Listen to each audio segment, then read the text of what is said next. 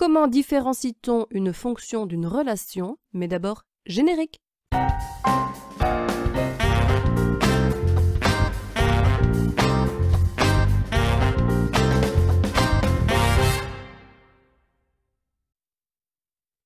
Une relation de l'ensemble A vers l'ensemble B établit un lien entre certains éléments de l'ensemble A et certains éléments de l'ensemble B. Par exemple, dans l'ensemble A, j'ai un ensemble de villes, alors que dans l'ensemble B, j'ai un ensemble de pays.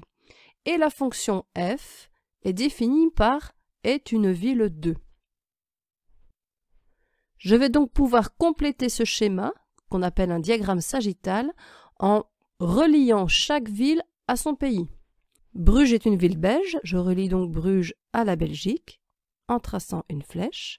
Lyon se trouve en France. Londres se situe au Royaume-Uni qui ne fait pas partie de l'ensemble B, donc je ne peux pas tracer de flèche. Paris est la capitale française. Amsterdam fait partie des Pays-Bas. Liège est bien en Belgique. Et Lille est également une ville française. Autre exemple, je choisis la fonction g, ça va être un exemple un peu plus mathématique, qui est plus petit que. Donc dans l'ensemble A, je vais pouvoir relier des nombres qui sont plus petits que d'autres nombres dans l'ensemble B. 1 est plus petit que 4. 2 est plus petit que 4. Moins 1 est plus petit que l'ensemble des trois nombres proposés dans B. Et 5 est plus grand que chacun des nombres proposés de l'ensemble B. Il s'agit bien de relations, mais la relation G n'est pas une fonction parce que de l'élément moins 1 partent plusieurs flèches, ici 3 flèches. Dans la relation F, à chaque fois, il y a maximum une flèche qui part de chaque élément de l'ensemble A. On peut donc passer à la définition de fonction.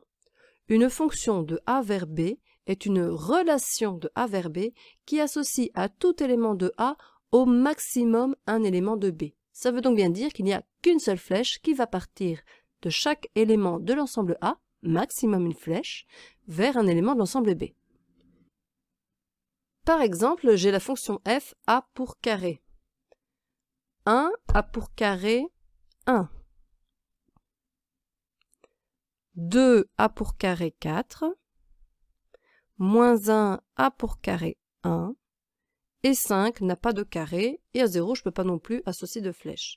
Donc je remarque que de chaque élément de l'ensemble A part au maximum une flèche, et il arrive que dans l'ensemble B arrivent 2 flèches.